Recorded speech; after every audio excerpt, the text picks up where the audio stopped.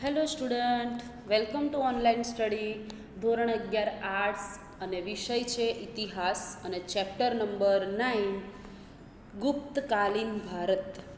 વિદ્યાર્થી મિત્રો, આપણે નવું ચેપ્ટર ગુપ્તકાલીન ભારતની શરૂઆત કરી હતી. ગઈ વખતે ગયા સેશનની અંદર પહેલા પાર્ટની અંદર આપણે કઈ કઈ બાબતોની ચર્ચા કરી હતી? તો સૌથી પહેલાં તો ગુપ્તકાલીન ભારત એટલે કે ગુપ્ત સામ્રાજ્યની આપણે ચર્ચા કરી રહ્યા હતા. જે રીતે આપણે મૌર્ય સામ્રાજ્યની ચર્ચા કરી રહ્યા હતા એ રીતે આપણે ગુપ્ત સામ્રાજ્યની શરૂઆત કરી હતી. તો ગુપ્ત સામ્રાજ્યની શરૂઆત કરી હતી, તેમાં ગુપ્ત વંશનો પ્રથમ રાજા હતો શ્રીગુપ્ત, એની આપણે વાત કરી. ત્યાર પછી આવ્યા ચંદ્રગુપ્ત પ્રથમ અને એના પછી સમુદ્રગુપ્ત આવ્યા અને સમુદ્રગુપ્તે 330થી 376 દરમિયાન શાસન કર્યું અને જે તે વિજયો પ્રાપ્ત કર્યા, જે તે વિસ્તાર તેમને વધાર્યો પોતાના સામ્રાજ્યનો, એની આપણે ચર્ચા કરી હતી. તેમને દક્ષિણ બાજુના જો વિસ્તાર હતો એ બાજુના એ સ્થળોએ યુદ્ધ કરીને ઘણો બધો સામ્રાજ્ય વધાર્યું. પૂર્વ દિશામાં જે તે વિસ્તાર હતો એ તેમને કવર કર્યો. આમ તદુપરાંત અન્ય વિજયો પણ ઘણા બધા પ્રાપ્ત કર્યા. એ રીતે આપણે સમુદ્રગુપ્તના વિશે ડિટેલમાં વાત કરી હતી. અને સમુદ્રગુપ્ત પછી આવ્યા ચંદ્રગુપ્ત દ્વિતીય એટલે કે વિક્રમાદિત્ય, જેમને 380થી 412 દરમિયાન સારું એવું શાસન કર્યું. અને ગુપ્ત વંશમાં જો કોઈ શ્રેષ્ઠ શાસન કરનાર વ્યક્તિ હોય તો એ હતા ચંદ્રગુપ્ત દ્વિતીય. આપણે અહીંયા સુધીને વિદ્યાર્થી મિત્રો ગઈકાલે ચર્ચા કરી હતી. હવે આજના સેશનની અંદર આપણે ગુપ્ત વંશમાં કુમારગુપ્ત આવ્યા, ચંદ્રગુપ્ત દ્વિતીય પછી તેના જે ઉત્તરાધિકારી તરીકે તેની જગ્યાએ ઉત્તરાધિકારી તરીકે એટલે કે તેના સ્થાને એ રાજા પછીના જે રાજા આવ્યા એ હતા કુમારગુપ્ત પ્રથમ. તો વિદ્યાર્થી મિત્રો, હવે આજે આપણે કુમારગુપ્ત પ્રથમથી શરૂઆત કરીશું અને જેમનો સમયગાળો હતો 412થી ઈસવીસન 455. તો ચાલો વિદ્યાર્થી મિત્રો, હવે આપણે કુમારગુપ્ત તરફ આગળ વધીએ. આપણે શ્રીગુપ્તની વાત કરી, ચંદ્રગુપ્ત પ્રથમની વાત કરી, સમુદ્રગુપ્તની વાત કરી, વગેરે રાજાઓની વાત કરી. હવે નેક્સ્ટ કુમારગુપ્ત પ્રથમ, કે તેમને પોતાના શાસનકાળ દરમિયાન કેવી રીતે વિજયો પ્રાપ્ત કર્યા અને કેટલા વિજય પ્રાપ્ત કર્યા, તેમના સમયની અંદર, કુમારગુપ્તના સમયની અંદર એમનું શું સ્થાન હતું, તેમને શું ભૂમિકા ભજવી ગુપ્ત વંશના શાસનકાળમાં, ગુપ્ત વંશ માટે તેમણે શું ભૂમિકા ભજવી, એની આપણે ચર્ચા કરીએ. તો ચંદ્રગુપ્ત દ્વિતીયનો ઉત્તરાધિકારી, તેનો પુત્ર કુમારગુપ્ત હતો. ચંદ્રગુપ્ત દ્વિતીય જે હતા તેનો ઉત્તરાધિકારી તરીકે કોણ હતું? કુમારગુપ્ત. તેના વિશેની માહિતી ભિલસા અભિલેખમાંથી મળી રહે છે. જો દરેક રાજાઓ જે છે એ દરેક રાજાઓ વિશેની માહિતી આપણને તેમના અલગ અલગ અભિલેખોમાંથી મળે છે. દરેક રાજાઓના અલગ અલગ અભિલેખો છે, એના ઉપરથી આપણે તેમના વિશે માહિતી પ્રાપ્ત કરીએ છીએ. આ અભિલેખ પ્રમાણે 4 સમુદ્ર પાર તેની કીર્તિ પ્રસરી હતી. મંદસોરમાં પણ તેનો શિલાલેખ મળી આવ્યો છે, જેમાં તેને આખા પૃથ્વી ઉપર શાસન કરતો રાજવી કહ્યો છે. હવે આજે કુમારગુપ્ત પ્રથમ હતા, એમના વિશે ભિલસા અભિલેખમાંથી માહિતી મળે છે. બરાબર છે. તદુપરાંત આ અભિલેખ જે છે, ભિલસા અભિલેખ, એ પ્રમાણે જો આપણે જોઈએ તો 4 સમુદ્ર પાર કરીને આ જે કુમારગુપ્ત છે તેની કીર્તિ પ્રસરી હતી. 4 સમુદ્ર પાર કરીને તેમની કીર્તિ પ્રસરી હતી, એટલે કે તેમને 4 સમુદ્રને પાર કરી દઈએ એટલા વિજયો તેમને પ્રાપ્ત કર્યા હતા. અને મંદસોરમાં પણ તેના શિલાલેખો મળી આવ્યા છે, જેમાં તેમની આખી પૃથ્વી ઉપર શાસન કરતો રાજવી કહ્યો છે. કુમારગુપ્ત જે છે એમને આખી પૃથ્વી ઉપર શાસન કરનાર રાજવી તરીકે ઓળખવામાં આવે છે. જે મંદસોરની અંદર જે અભિલેખ મળે છે, જે શિલાલેખ મળે છે, એની અંદર લખાયેલું છે કે કુમારગુપ્ત જે હતા એ આખી પૃથ્વી ઉપર શાસન કરનાર રાજા હતા. એટલે કે તેમને ખૂબ સારું એવું સામ્રાજ્યનો વિસ્તાર કર્યો, ખૂબ સારા એવા તેમને વિજયો પ્રાપ્ત કર્યા. દામોદરપુર તામ્રપત્રમાં તે મહારાજાધિરાજ તરીકે ઓળખાય છે. ભારતના મધ્ય અને પશ્ચિમ ભાગોમાંથી તેના અભિલેખો અને સિક્કાઓ મોટા પ્રમાણમાં મળી આવ્યા છે. મગધ, બંગાળ અને ગુજરાત તેના શાસનના મુખ્ય કેન્દ્રો હતા. હવે કુમારગુપ્ત જે છે એ કુમારગુપ્ત એ દામોદરપુર તામ્રપત્રમાં તેમને મહારાજાધિરાજ તરીકે ઓળખવામાં આવે છે.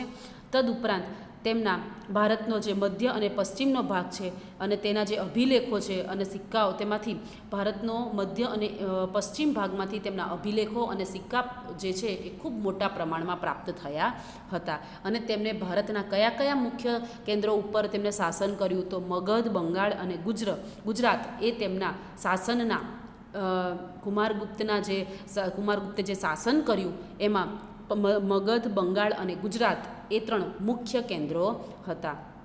ચંદ્રગુપ્ત બીજાએ વારસામાં આપેલા સામ્રાજ્યને તેને સાચવી રાખ્યું. જો કે તેના શાસનના છેલ્લા સમયે ભારતમાં વિદેશી આક્રમણો થવાની શરૂઆત થઈ. આ હુણ આક્રમણોનો તેના પુત્રે સફળતાપૂર્વક મુકાબલો કર્યો.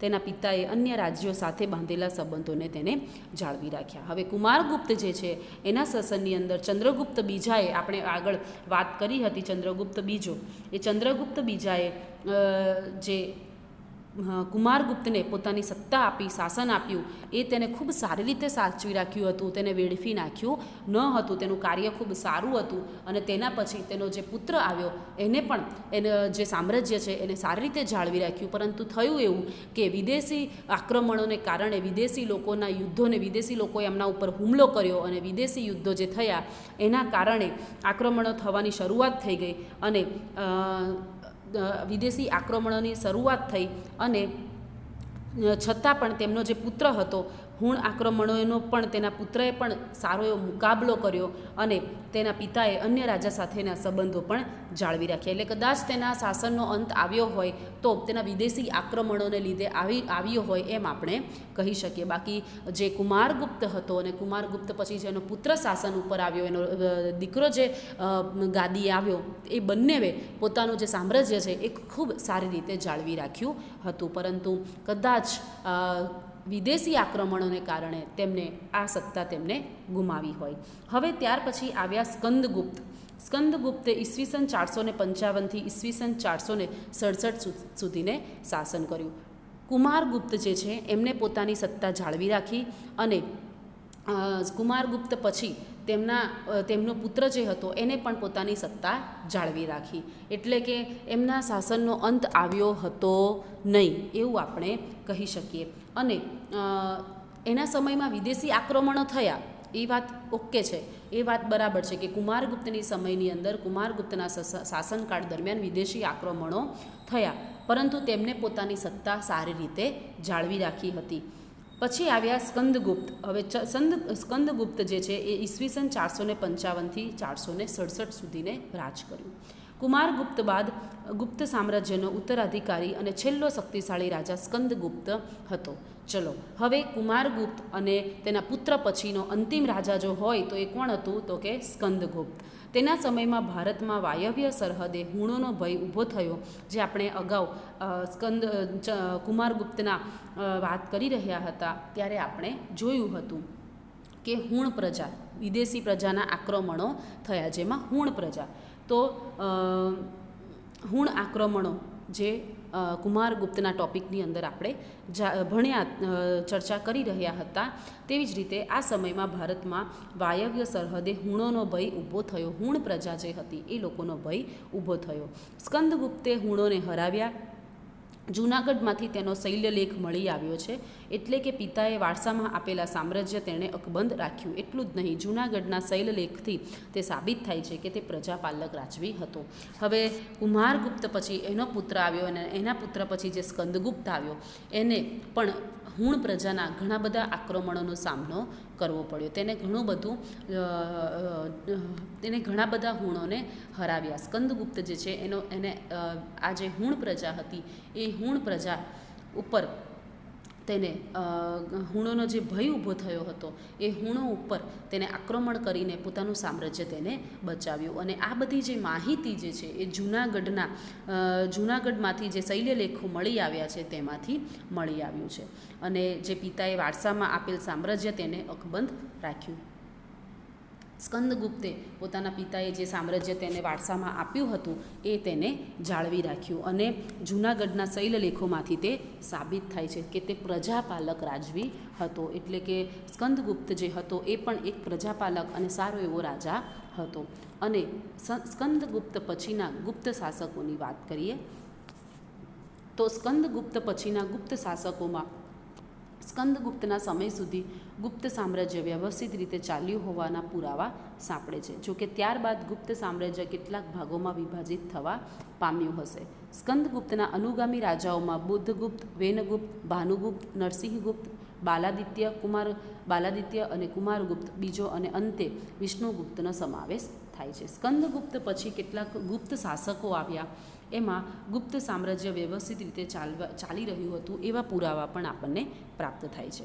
અને ત્યારબાદ ગુપ્ત સામ્રાજ્ય જે હતું, અત્યાર સુધીના આપણે જે ગુપ્ત સામ્રાજ્યની વાત કરી રહ્યા હતા એમાં સ્ટેપ બાય સ્ટેપ રાજાઓ આવ્યા હતા.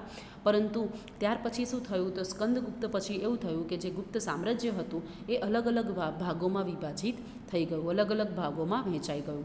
જેમાં સ્કંદગુપ્તના અનુગામી રાજાઓ જે હતા એટલે કે સ્કંદગુપ્ત પછીના જે એના પછીના અનુગામી એટલે કે પછીના જે રાજાઓ હતા એ રાજાઓમાં બુદ્ધગુપ્ત છે, વેનગુપ્ત છે, ભાનુગુપ્ત છે, નરસિંહગુપ્ત છે, બાલાદિત્ય છે, કુમારગુપ્ત છે, વિષ્ણુગુપ્ત છે એ બધાનો સમાવેશ થાય છે. આમ સ્કંદગુપ્ત પછી જે ગુપ્ત સામ્રાજ્ય જે હતું એ ગુપ્ત સામ્રાજ્ય અલગ અલગ વિભાગોમાં વહેંચાઈ ગયું અને અલગ અલગ વિભાગોમાં અલગ અલગ રાજાઓ આવ્યા.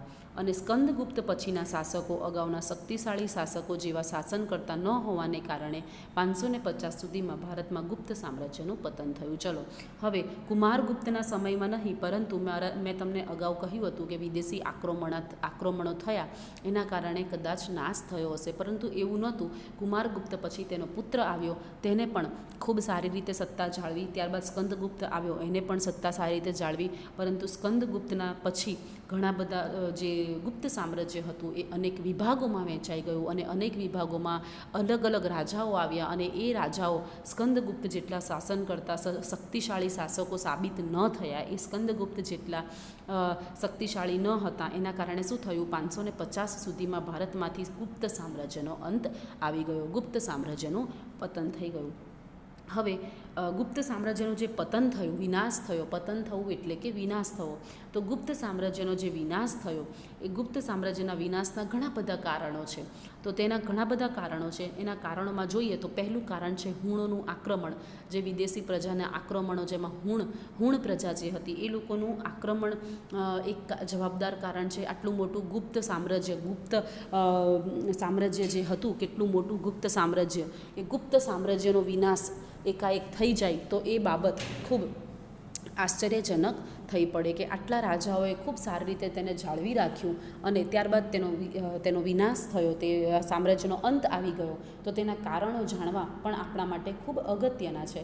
તો તેના કારણોની અંદર તો એક તો હુણ પ્રજાનું આક્રમણ, એ લોકોનું આક્રમણ એક કારણ હોઈ શકે.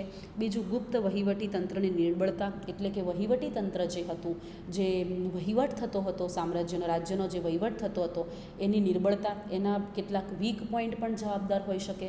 દેશની અંદર જો રાજા સરખી રીતે વહીવટી તંત્ર ન ચલાવે, વહીવટ જો બરાબર ન હોય તો એ ક્યારેક ને ક્યારેક એનો અંત અવશ્ય આવે છે.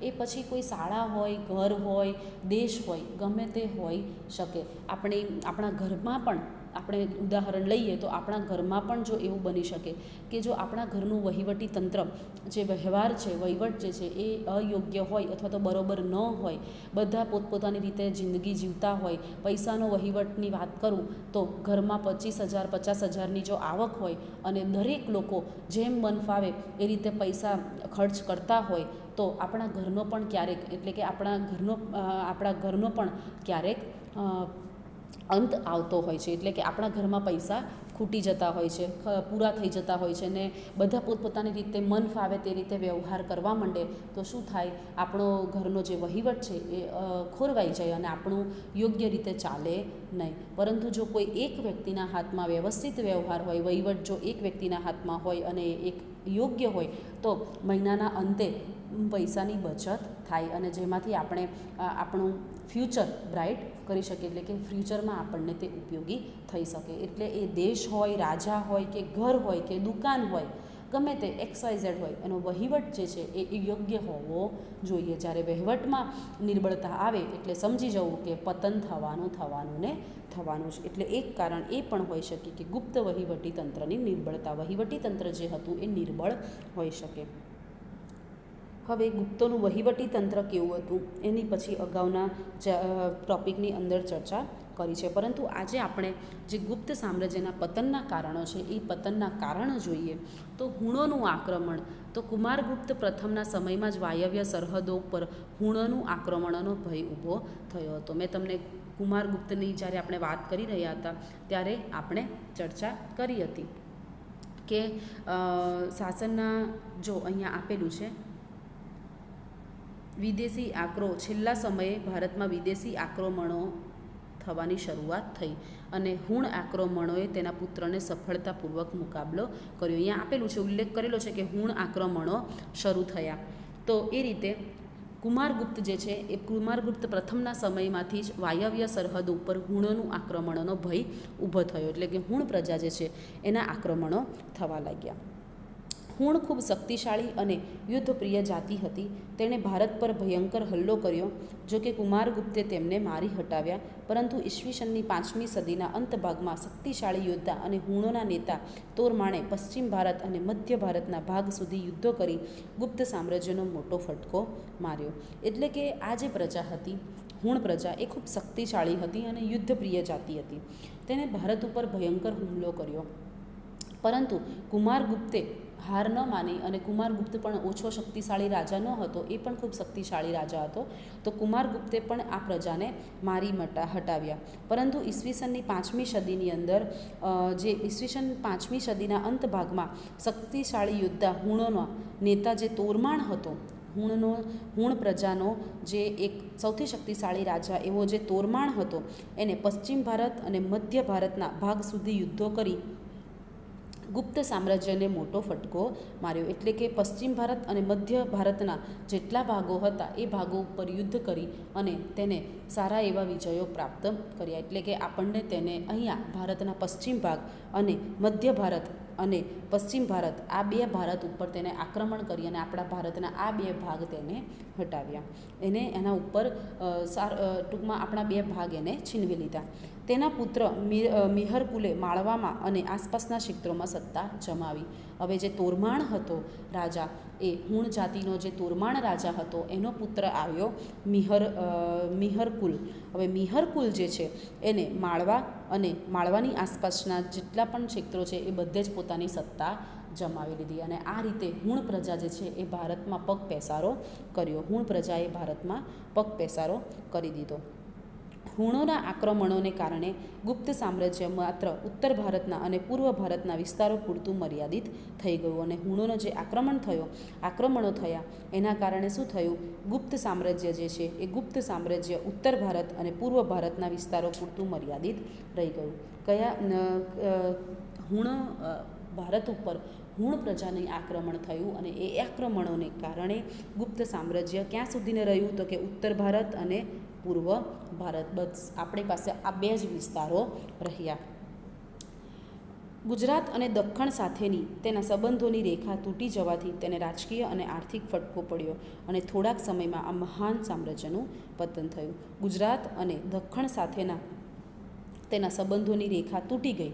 છેલ્લે ગુજરાત અને દક્ષિણ બાજુનો જે વિસ્તાર હતો એ બધા સંબંધોની રેખા તૂટી જવાથી રાજકીય અને આર્થિક ફટકો પડ્યો અને તેના કારણે આપણું જે ગુપ્ત સામ્રાજ્ય હતું એ ગુપ્ત સામ્રાજ્યનું પતન થવા લાગ્યું. ધીમે ધીમે આખા મોટા રાજ્યમાંથી ધીમે ધીમે થોડા કટકા છૂટા પડતા ગયા અને એમ કરતાં સમગ્ર વિસ્તાર હુણ પ્રજાએ કવર કરી લીધું અને એના કારણે શું થયું તો આપણી જે ગુપ્ત સામ્રાજ્ય હતો એનો અંત આવવા માંડ્યો.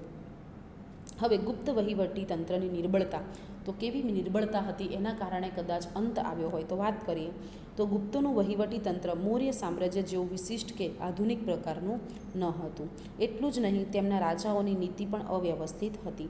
ગુપ્તોનું જે વહીવટી તંત્ર હતું એ મૌર્ય સામ્રાજ્ય જેવું વિશિષ્ટ કે આધુનિક પ્રકારનું ન હતું. આપણે જે મૌર્ય સામ્રાજ્યની વાત કરી હતી ત્યારે આપણે તેનું વહીવટી તંત્ર જોયું હતું, ખૂબ સરસ, ખૂબ જોરદાર, જબરદસ્ત હતું. તો આધુનિક પ્રકારનું હતું. ઘણા બધા હસ્તકલાઓ, વિદેશી આયાત નિકાસ વગેરે ખૂબ વિકાસ પામ્યા હતા મૌર્ય સામ્રાજ્ય દરમિયાન.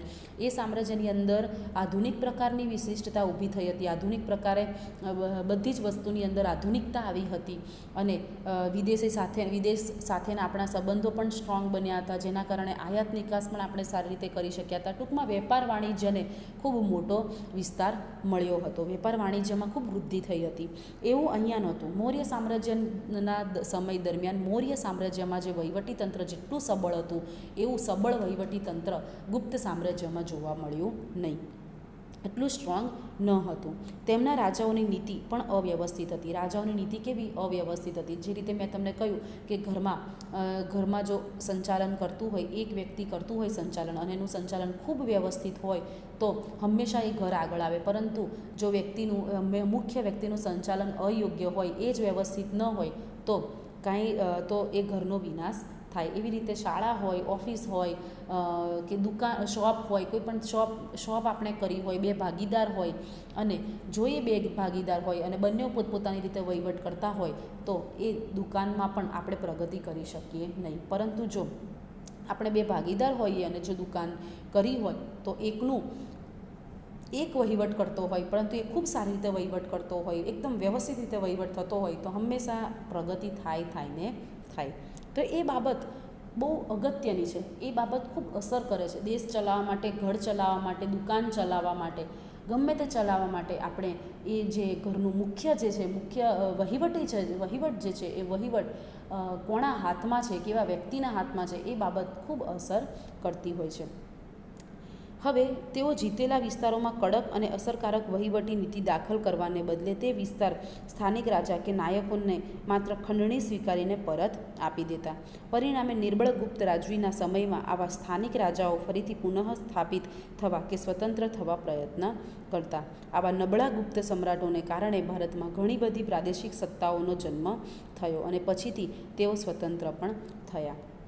અને ગુપ્ત વહીવટી તંત્રમાં મૌર્ય શાસન તંત્ર જેવી વિશિષ્ટ કર પ્રણાલીનો પણ અભાવ હતો.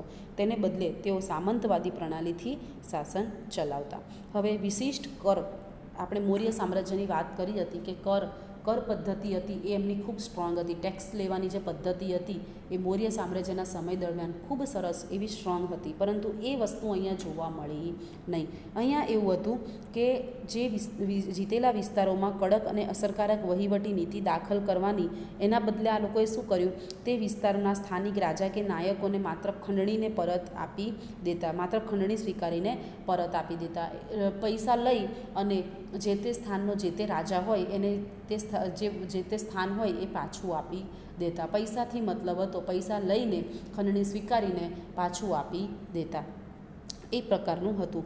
એકદમ કડક વહીવટી નીતિ દાખલ નહોતા કરતા, પરંતુ જે તે વિસ્તારોના જે તે રાજા હોય એની પાસેથી પૈસા લઈને એને પરત સોંપી દેતા, જે તે રાજ્ય એને આપી દેતા.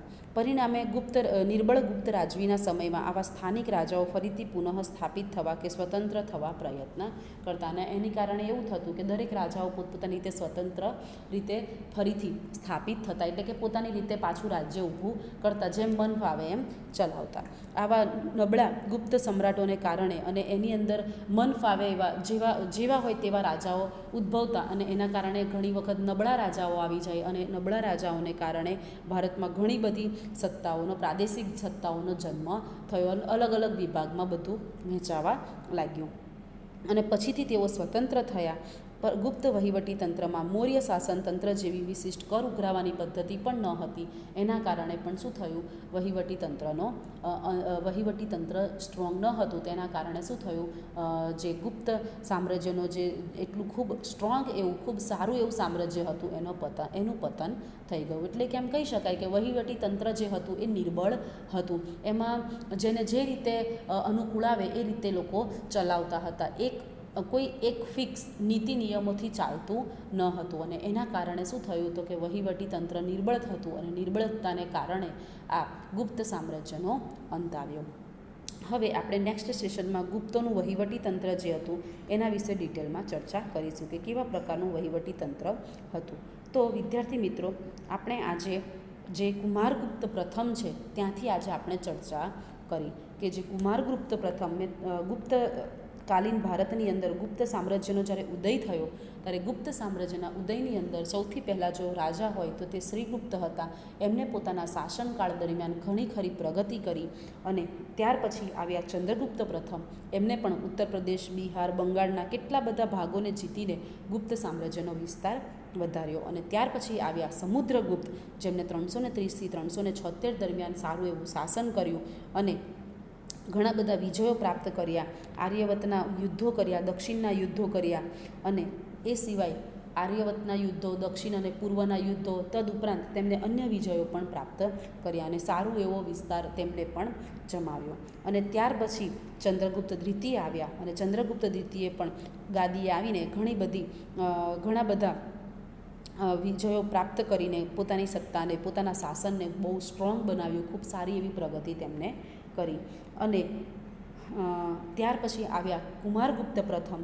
તો કુમારગુપ્ત પ્રથમ ચંદ્રગુપ્ત દ્વિતીયના ઉત્તરાધિકારી તરીકે આવ્યા અને કુમારગુપ્તે પણ પોતાનું શાસન જાળવી રાખ્યું, તેનો વિનાશ થવા ન દીધો અને કુમારગુપ્ત પ્રથમના સમયની અંદર હુણ પ્રજાઓનું આક્રમણ પણ થવા લાગ્યું, વિદેશીઓનું આક્રમણ થવા લાગ્યું, પરંતુ એની સામે તે સ્થિર રહીને યુદ્ધ કરીને એમને પોતાનું શાસન બચાવ્યું અને તેમનો જે પુત્ર આવ્યો કુમારગુપ્તનો પુત્ર, એને પણ પોતાના પિતાનો જે વારસો હતો એને સાચવી રાખ્યો. અને ત્યાર પછી આવ્યા સ્કંદગુપ્ત. તો સ્કંદગુપ્ત જે હતા એ પણ ખૂબ શક્તિશાળી રાજા હતા. તેને પણ પોતાના શાસનકાળ દરમિયાન ભારતમાં ઘણો વારસામાં મળેલું છે. તેમને સ્કંદગુપ્તને પણ જે વારસામાં સામ્રાજ્ય મળ્યું હતું એ પણ તેમને જાળવી રાખ્યું. અને પછી સ્કંદગુપ્તના સમયની અંદર એવું થયું કે જે રાજ્ય હતું એ અલગ અલગ વિસ્તારોમાં વહેંચાઈ ગયું અને અલગ અલગ રાજાઓ પ્રાદેશિક સત્તાઓમાં વહેંચાઈ ગયું, અલગ અલગ કેન્દ્રોમાં વહેંચાઈ ગયું અને એને કારણે અલગ અલગ રાજાઓનો ઉદય થયો અને અલગ અલગ રાજાઓમાં ઘણા નબળા રાજાઓ આવે, ઘણા સારા રાજાઓ આવે. એમ કરતાં શું થઈ ગયું, જે ગુપ્ત સામ્રાજ્ય છે એનો અંત આવવા લાગ્યો. અને એનું અંત આવવા પાછળના બે કારણો હતા. એક તો હુણોનું આક્રમણ. હુણ પ્રજા જે હતી એ હુણ પ્રજાની અંદર એક હતો તોરમાણ, જે ખૂબ શક્તિશાળી રાજા હતો, એને આક્રમણ કર્યું અને પછી તેનો પુત્ર જે હતો મિહરકુલ, તેને પણ જે ગુજરાત બાજુનો જે વિસ્તાર હતો, જે બાકી રહેલો વિસ્તાર હતો, એના ઉપર તેને યુદ્ધ કરીને એને વિજય પ્રાપ્ત કરી લીધું. તો આમ હુણ પ્રજા જે હતી એ લોકોના આક્રમણોના કારણે ગુપ્ત સામ્રાજ્યનો અંત આવ્યો. તદુપરાંત ગુપ્ત સામ્રાજ્યની અંદર જે વહીવટી તંત્ર હતું, જે શાસન ચાલતું હતું, એ વહીવટી તંત્ર હતું એ નબળા પ્રકારનું હોવાને કારણે આ કારણ પણ વહીવટી તંત્ર નબળું હોવાને કારણે પણ ગુપ્તકાલીન ભારત એટલે કે ગુપ્ત સામ્રાજ્યનો અંત આવ્યો. હવે વિદ્યાર્થી મિત્રો, આપણે નેક્સ્ટ સેશનની અંદર ગુપ્તોનું વહીવટી તંત્ર કેવા પ્રકારનું હતું એના ઉપર આપણે ચર્ચા કરીશું.